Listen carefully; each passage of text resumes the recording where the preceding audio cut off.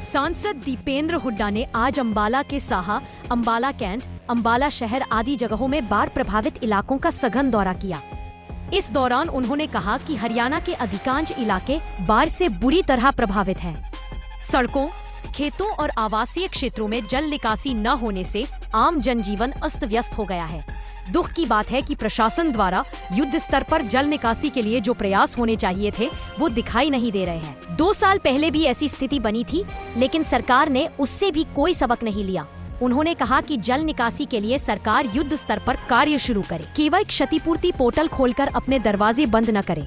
दीपेंद्र हुड्डा ने मांग करी कि सरकार तुरंत बाढ़ व जल जमाव से प्रभावित इलाकों में जल निकासी की व्यवस्था करे और विशेष गिरदावरी कराकर किसानों को कम से कम 50,000 रुपए प्रति एकड़ का मुआवजा प्रदान दिया जाए। जल भराव वाले इलाकों में पर्याप्त संख्या में पंप, बिजली मोटर, बिजली कनेक्शन आदि की व्यवस्था कर इस संकट से राहत दी जाए। इस दौरान सांसद वरुण चौधरी मौजूद रहे। उन्होंने कहा कि पिछले 11 सालों में बीजेपी सरकार ने जल निकासी के लिए एक भी नई ड्रेन नहीं बनाई, न ही कोई नहर बनवाई। नतीजन लाखों किसानों और आम नागरिकों को बीजेपी की जन विरोधी नीति का खामियाजा भुगतना पड़ रहा है। हरियाणा में हर वर्ष जलभराव की समस्या विकराल होती जा रही है, जिसके लिए पूर्णतः भाजपा सरकार जिम्मेदार है। दीपेंद्र हुड्डा ने कहा कि गांव से लेकर शहरों तक बरसाती पानी की निकासी न होने से फसल, संपत्ति को भारी नुकसान हुआ है। शहरी इलाकों में कॉलोनियों, बाजारों और सार्वजनिक स्थलों पर भी गंदा पानी जमा है। गांवों की बस्तियों में रिहायशी मकानों को काफी नुकसान हुआ है। सरकार एक घर का स्पेशल सर्वे कराकर एक परिवार को कम से कम 50,000 रुपए प्रति एकड़ मुआवजा देने का आदेश करे। अंबाला, हरियाणा से हमारे चीफ एडिटर राजेंद्र भारद्वाज की खास रिपोर्ट।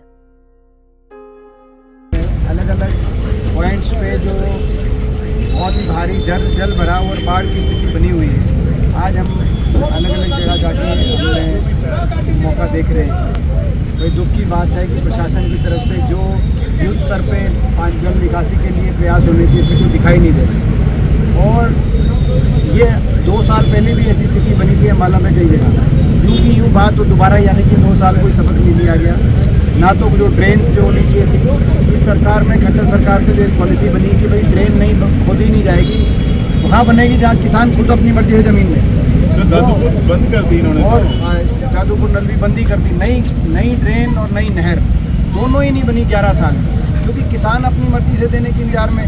और इतने हाईवे बन गए, इतनी ज़मीन की टोपोग्राफी बदल जाती है, बसादत हो जाती है कि ड्रेन्स की जरूरत पड़ती है। आज जो पूरे हरियाणा में जल भराव है, उसके लिए कहीं ना कहीं वो पॉलिसी जिम्मेदार है, जिसकी वजह से 11 साल से कोई ड्रेन बनी नहीं। हमारी मांग है कि सरकार सबसे पहले मुआवजा दे, किसानों को 50,000 प्रति एकड़ मिनिमम मुआवजा मिले। और कई जगह तो इस सीज़न के साथ साथ अगला सीज़न भी खतरे में है किसान। साथ ही सर जो व्यवसायी हैं, जो गरीब हैं, और जो गरीब है, जिनके घरों तक नुकसान हुआ है, उसका घरों का सर्वे करा के एक घर को, एक परिवार को मुआवजा दिया जाए। सर्वे तुरंत कराया जाए।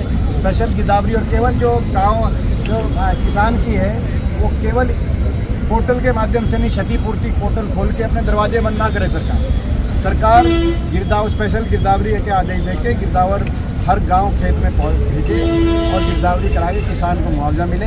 और अभी जल निकासी के लिए युद्ध स्तर पर प्रदेश स्तर की एक कमेटी बने, मुख्यमंत्री जी स्वयं बनाए उस कमेटी को, जहाँ पंप सेट की जरूरत है, जहाँ पाइप की जरूरत है, जहाँ बिजली की लाइन की जरूरत है, जिस गांव में, जिस शहर में, कस्बे में जो मुहैया करानी है सुविधाएं कराई जाए। जल निकासी जल्द से जल्द कराएं। सर, ई क्षतिपूर्ति पोर्टल जो है अंबाला में बहुत देरी से खोला गया। डीसी अंबाला को चिट्ठी लिखनी पड़ी, लगता है कि निकली जैसे। मैंने ये आवाज़ उठाई थी, उसके बाद मैंने सीएम को ट्वीट भी किया था, और उसके बाद जो है डीसी से भी बात करी थी, और उसके बाद ये खुला है।